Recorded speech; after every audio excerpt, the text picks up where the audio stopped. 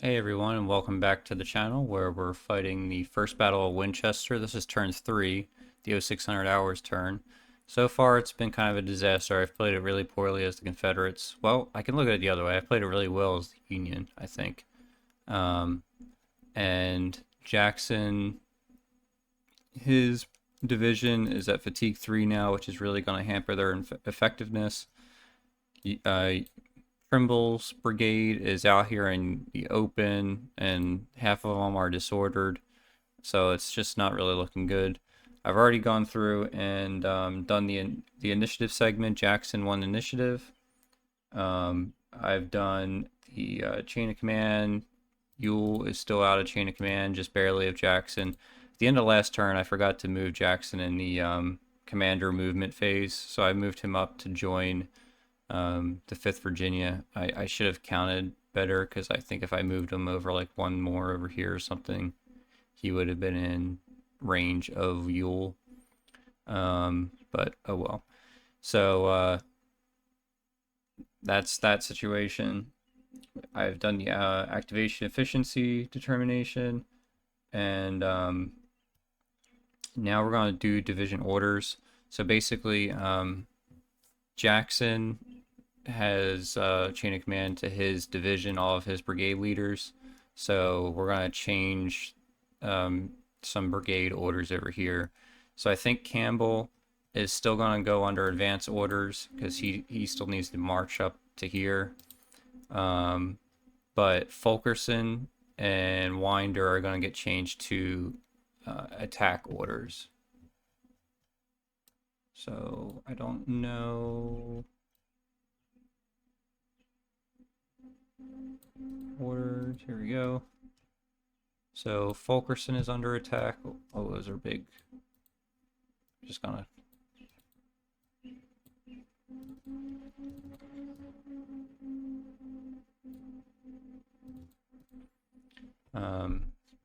So yeah, but honestly, I don't know how they're gonna do this shock attack because they get a -2 modifier for when attacking because of their fatigue. So I don't know. We're gonna have to see.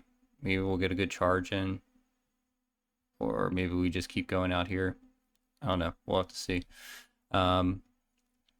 Ewell is out of chain command of Jackson, so we can't change his orders during the division orders phase. Reinforcement orders. Taylor comes in down here. We're going to give him advance orders, and he'll just use March movement to get up the Valley Pike. I don't know where we're going to send him yet. That's going to be a problem for later. I'm tempted to go like this way, but that's just so far out of the way. We could give him march orders to get up there. But he's just going to not really be into it. So I think if we bring him up the Valley Pike, Winder can make room for him, and we can just keep pushing up the Valley Pike with Taylor. That's where my head's at right now for Taylor. So Taylor's going to be under advance orders. And now we just go to the activation segment. The initiative activation choice. So, like I said, Jackson got initiative, and he's going to choose Ewell.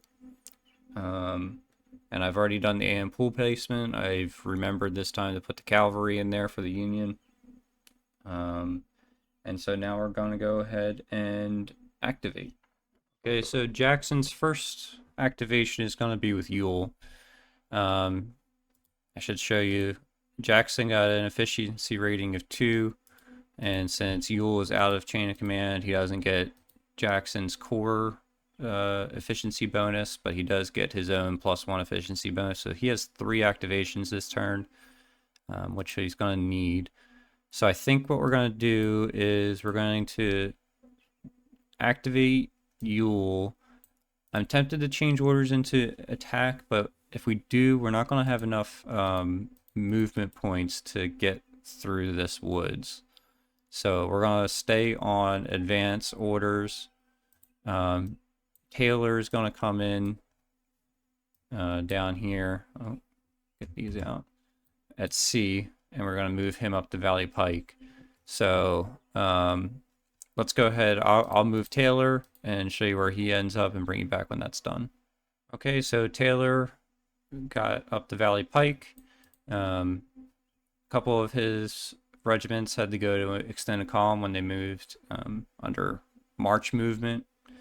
9th Louisiana, 1st Louisiana Battalion could just move regular movement because they didn't have far to go. So now we're going to activate Trimble's brigade. First, we're going to try rallying these 3 guys.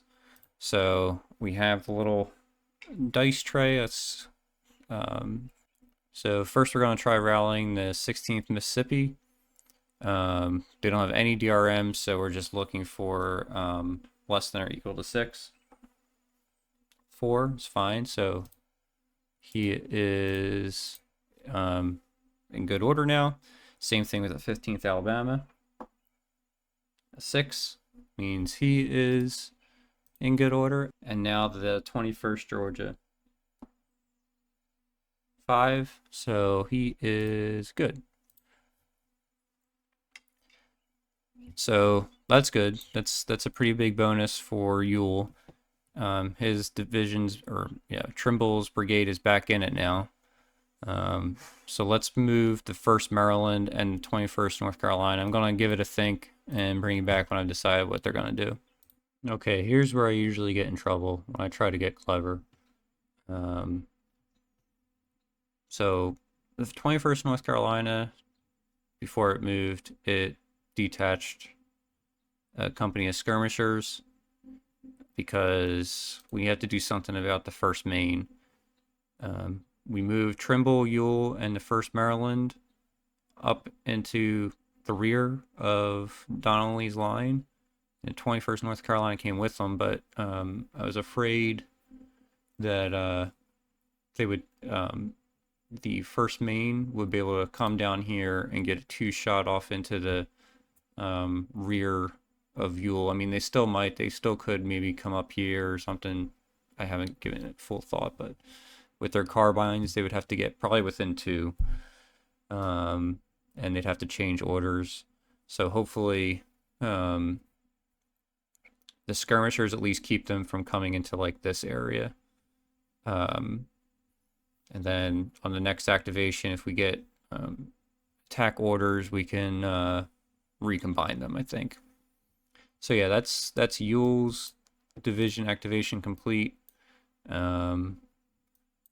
Now we are going to, yep, because Taylor moved. Okay, everybody moved. So now we're going to go ahead and draw our next AM, which is a Confederate. It is Jackson. So Jackson, he's under attack orders, or Fulkerson and Winder are under attack orders now, so they can at least get up close and personal with everybody. So I'm going to go ahead and move Campbell first. Well, first we're going to fire artillery because we need to try to suppress these 2 batteries. So first let's fire the West Augusta battery at battery M. It's a range of 4 with a smoothbore is a 0. And there's no other, oh well, their fatigue of 3, so it's a 2.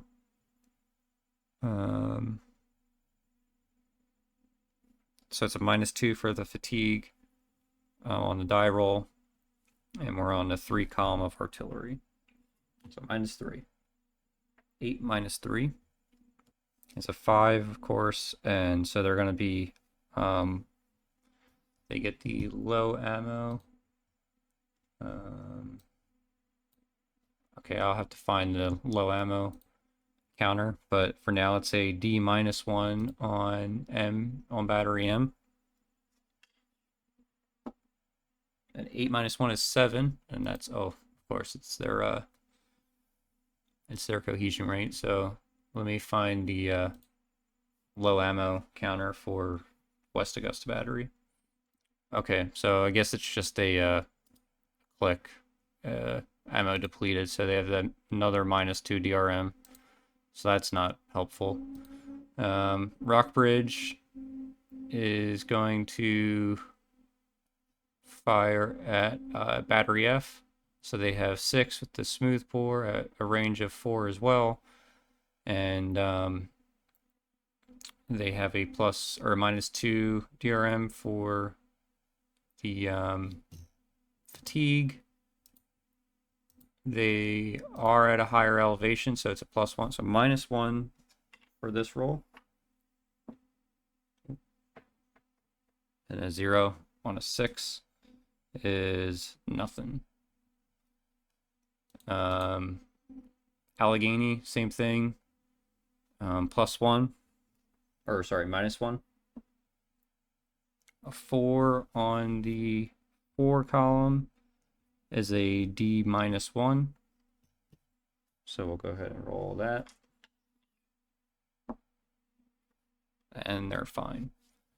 So that kind of was a bust with the artillery. So now I'm going to go ahead and decide who's moving, where, and firing, and I'll bring you back when I've decided all that. Okay, so here we are. I had to do some editing, so it might look a bit ugly. I can't remember if I talked about Campbell, but he didn't really get much of a movement. Fulkerson moved his brigade forward. Oh, sorry. 23rd Virginia should be under everybody.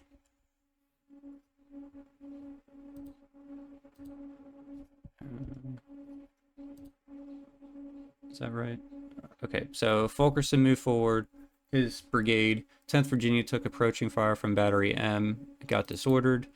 29th Pennsylvania, I always forget this rule, but they did a facing change because enemy moved in a hex adjacent, so now they have to do a cohesion check. And a 0, pass with flying colors, so they're good. Now we have to do our shock resolution stuff. So buckle up, because this is probably gonna it's gonna be a lot goes on. So I've gone back and forth whether to retreat before shock or not, because I mean it's probably about an even chance here for both sides. They do have some bad DRMs like the disorder, but that's gonna probably be canceled out by the charge. I'm worried if we retreat before combat or before the shock, then there's no continued shock. If the Confederates win, then there could be continued shock, and it could trickle down the line. So let's go ahead. Well, you know what the heck, let's just go ahead and do the shock. So we're not retreating before shock. He's not green. So now we have to do the defender's pre-shock cohesion chest. So we don't have a leader. He's not in breastworks, not in march, not disordered, not being attacked from the flank or rear, unfortunately, and not a cavalry charging. So it's just a straight UDD. Oh no, it's a 9. So they are disordered. And now we do the pre-shock reaction fire. So we attack basically these guys. We have our 9. They are behind. I don't know for sure. So let's take a look. I mean, I don't know that is. I think it kind of is. I mean, they're firing along the stone wall hex and they're on opposite sides. So I'm going to say they get the bonus of the stone wall hex. I could be wrong. So it's a -1 for being disordered and -1 for the stone wall hex.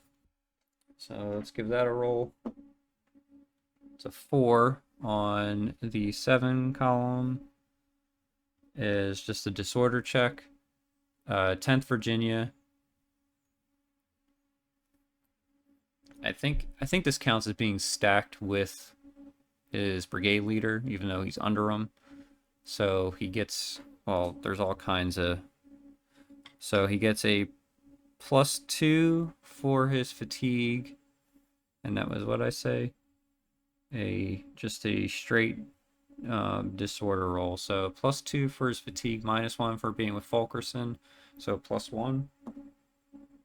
It's a 5, and so he passes. That concludes the pre-shock reaction fire. Now we have to do shock resolution. I'm going to go ahead and pause it, and so I get all this sorted out, and I can bring you back when everything's finished. We have our DRM is -1 because we have a defender disordered, charge benefit, +1 for charging down a steep slope, and -1 for an attacker disordered, -1 for the stone wall, and -2 for fatigue. So it's a -1 overall. Let's go ahead and resolve it on the shock resolution table. So a 5 is a defender retreats, so defending unit retreats 1 hex and is disordered. But that's going to be a second disorder. So it's on the shock table results, second disorder. So we roll a UDD.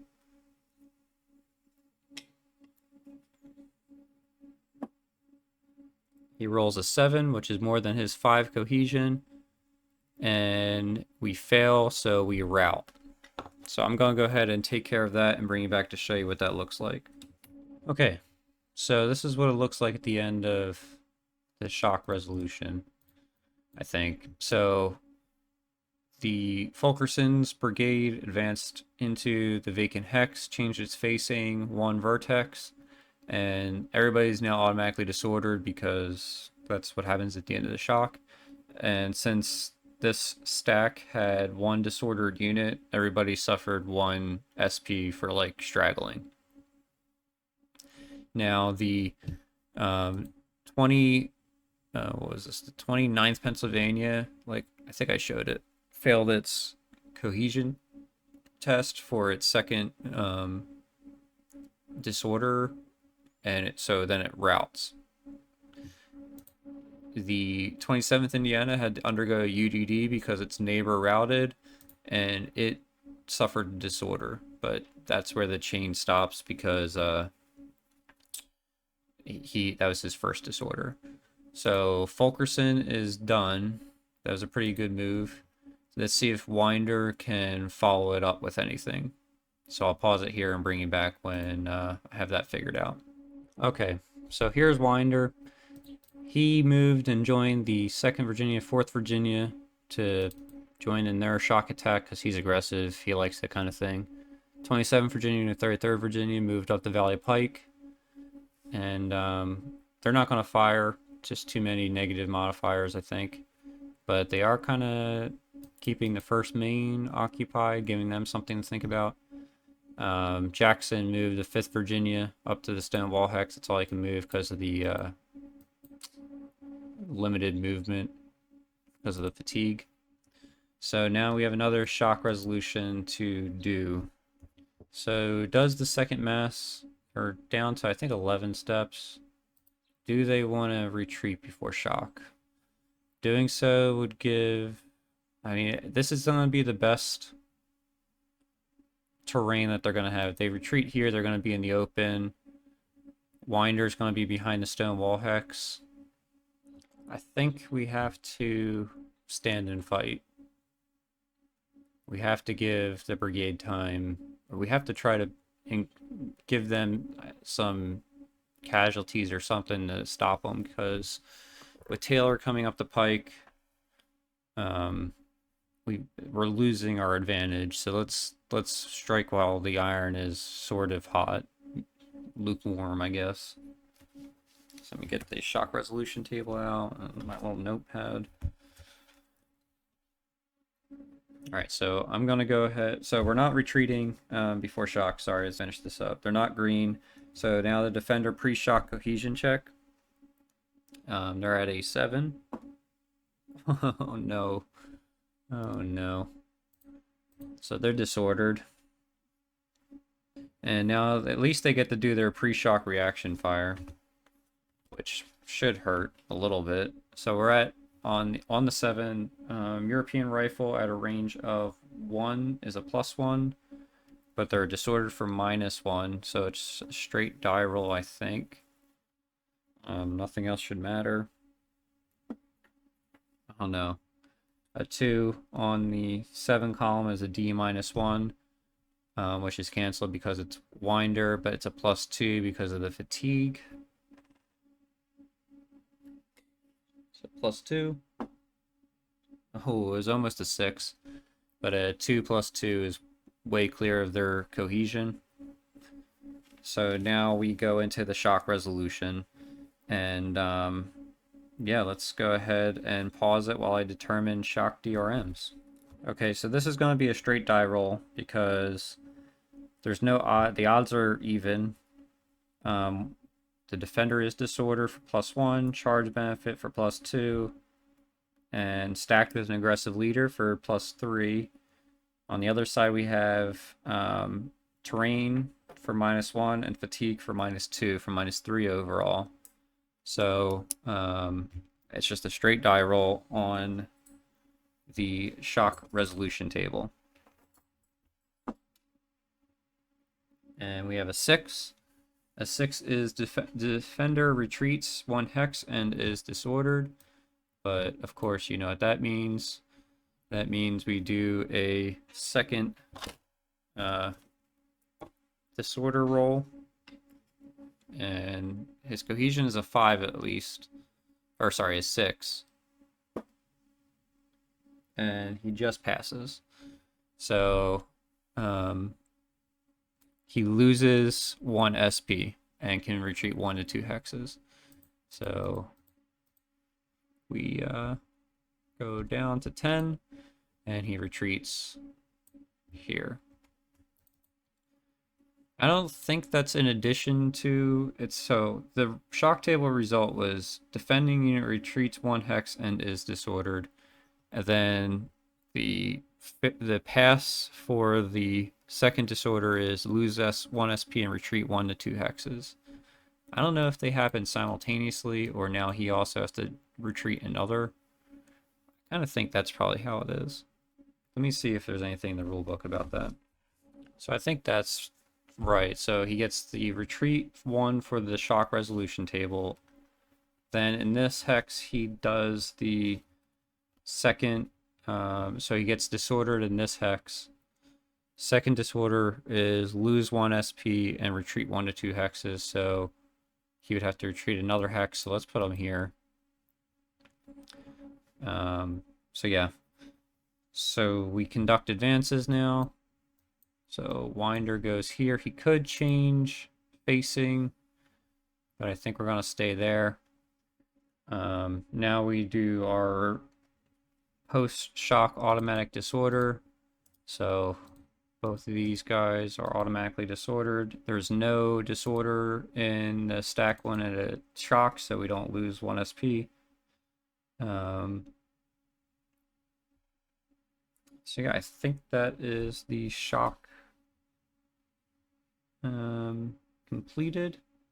I think that is now Jackson's division activation complete. Wow. Okay, so I think I'm gonna end the video here. I have a lot of editing to do because I did some stuff and I had to go back once I realized I messed it up. I think that was correct. Things are looking a little bit better now for Jackson. It's just a matter of getting close enough, really, with the Confederates. They have such good cohesion that if they can just get within shock, then they're in pretty good shape.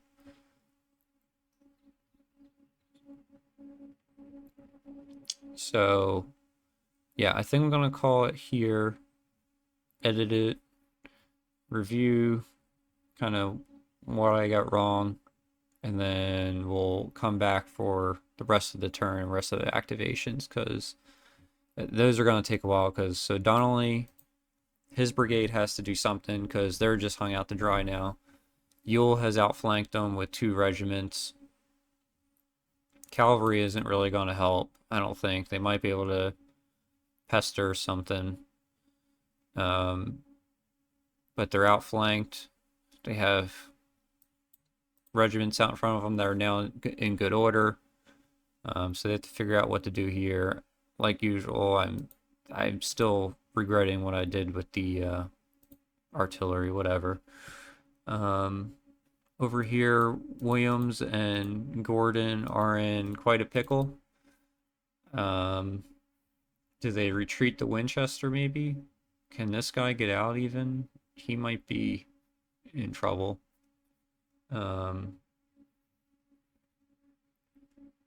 Yeah, so they might have to, I don't know, retreat to Winchester. Retreat. I mean, they still got some cannons on Berners Hill. But I don't know. It's looking pretty grim now, all of a sudden, for the Union. Maybe they can set up a second line of defense. We'll see. That's why I'm going to cut it here, though, so I can think about it. Bring you back for everybody else's activation. And yeah, hope you enjoyed this episode. And I'll see you in the next video. Bye for now.